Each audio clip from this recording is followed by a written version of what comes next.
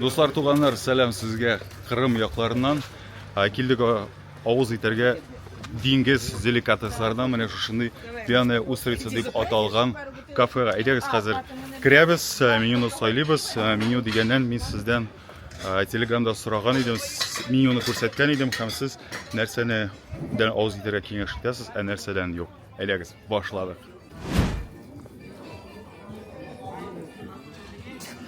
Сайлау мөмкинлеге бик зур. Монда отбивные бар из рапанов, креветки жареные, черноморская рыба.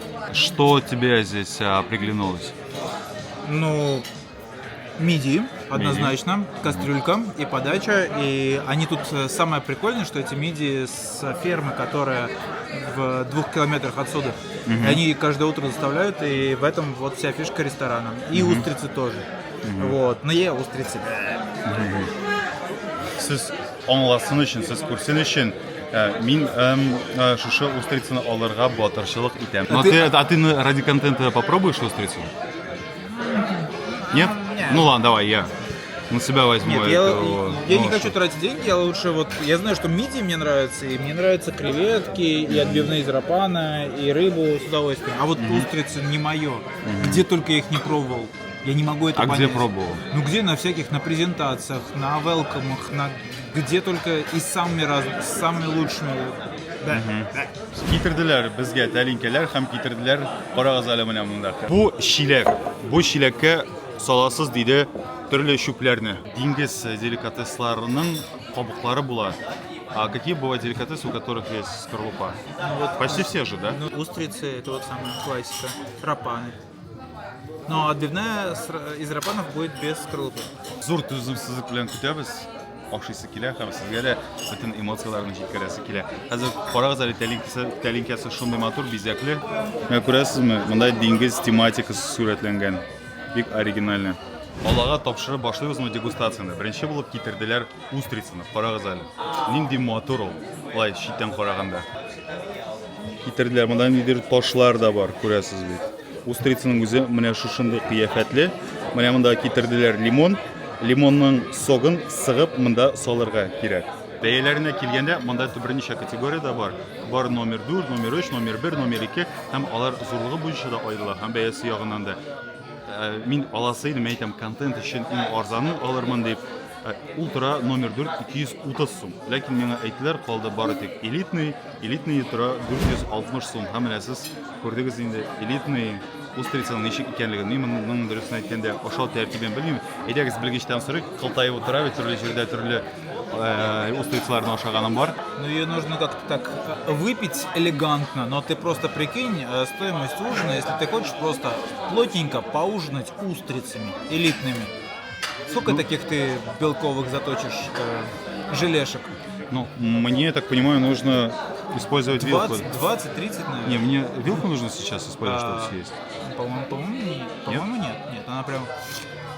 Әйдәгез башлабыз. Мин хәзер камераны Алексейга бирәм, мине төшерсен өчен. Юкса бер кул белән төшерергә һәм бер кул белән ашарга җайсызрак. Алабыз лимон. Лимонның монда сибәбез. Правильно все делаю, да? Да. Выдавливаем, но не сильно так, чтобы не залить. Все, булды бу. Так, монда яшел тәмле кич бар. Мы это едим, зелень. Ну, закусываем потом. Закусываем. Менә күрәсезме? Авылда аяк астында утыра торган менә шушындый яшел әйберләр монда ресторанда деликатес булып санала һәм закуска булып бара. Мы это, ну, оно же шушып төшәргә тиеш түгел, оно же не должно скользнуть. Ну, не должно. Ну, возьми вилочку себе на помощь. Алабыз чәнечкә. Бу biraz маңкага охшаган, дуслар. Алабыз. Ну, все съедаем, да? Ну, все съедаем. Там яшел тәмле көч. И зеленью заедаем. Ну, еще можно глоток вина, но это опционально.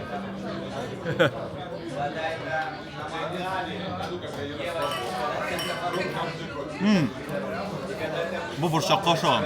Похоже на горох. Яшел. Үсә бит инде борчак. Возможно, это он и есть. Менә дуслар, 460 сум менә шулай авызга кирде дә китте. Монда менюда бар иде черноморская рыба дигән графа, кара диңгез балыклары. Бар камбала, барабуля, ставрида, луфарь һәм уловня. Ләкин ни кызганыч, калган икән бары тик камбала. Ләкин хикмәт шунда, дуслар, аның 100 граммы тора 850 сум. Стейк үзе башлана авырлыгы 250 граммнан, ләкин безгә әйттеләр, монда калган стейкның 400 грамм авырлыктагысы. 850 сумны, ул 100 грамм дип аңлаттым бит, тапкырды без 4кә, чөнки стейкның авырлыгы 400 грамм һәм килеп чыга безгә түләргә кирәк булыр иде. Камбаланың стейгы өчен 3500 сум. Минемчә бу кыйммәт, дуслар. Шуңа күрә бу юлы Кара диңгез балыгын ашамыйча гына торырбыз. Аның каравы диңгезнең башка төрле деликатеслары монда җитәрлек.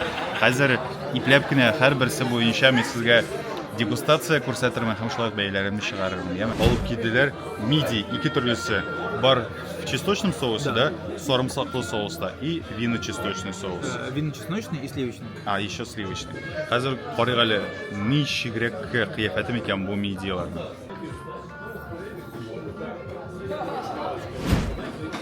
Карагыз әле, сезгә ошыймы бу матурлык? Менә тагын теге яшел тәмләткеч борчак.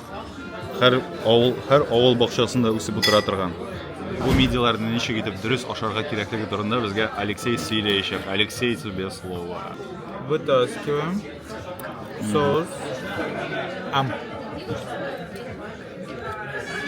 Еще раз. И горошек. Зелень. А покажи вообще, что там из скорлупы ты вытаскиваешь. Менә монда чүпчиләге, менә шушында без атабыз, ташлыйбыз. Дубль 2. Открываем. Күрәсең, ичендә. Это сама мидия. Мидия. Есть, Аның да? кабыгы бик зур, ичендә ашый торган әйберсе бик кичкенә. Я думаю, что надо еще. И пидә бар, әйме? Еще хлеб есть. Самое вкусное. Мидия ашаганнан соң безнең хәзер бер чиләк чүп җыелы, хәзер әйдәгез мин сезгә күрсәтәм. Теге чиләк буш иде бит моңарчы. Хәзер ул шыплап тулды менә мондый кабыклар белән. Чираттагы ризыкны күрсәтәм. Бу рапаннан ясалган отбивнойлар. Менә монда аның соусы бар. Как ты их ешь? Не отбивные, это оладушки из рапана. Оладушки из рапана.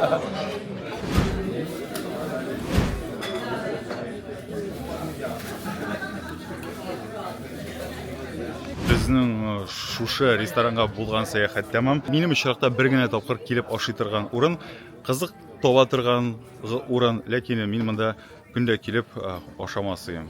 Бары тик сезнең өчен генә дә шушы устрицаларны авыз итеп карадым. Моның өчен сезгә бик зур рәхмәт.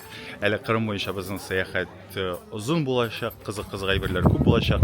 Әйтү белән бергә булыгыз, яме?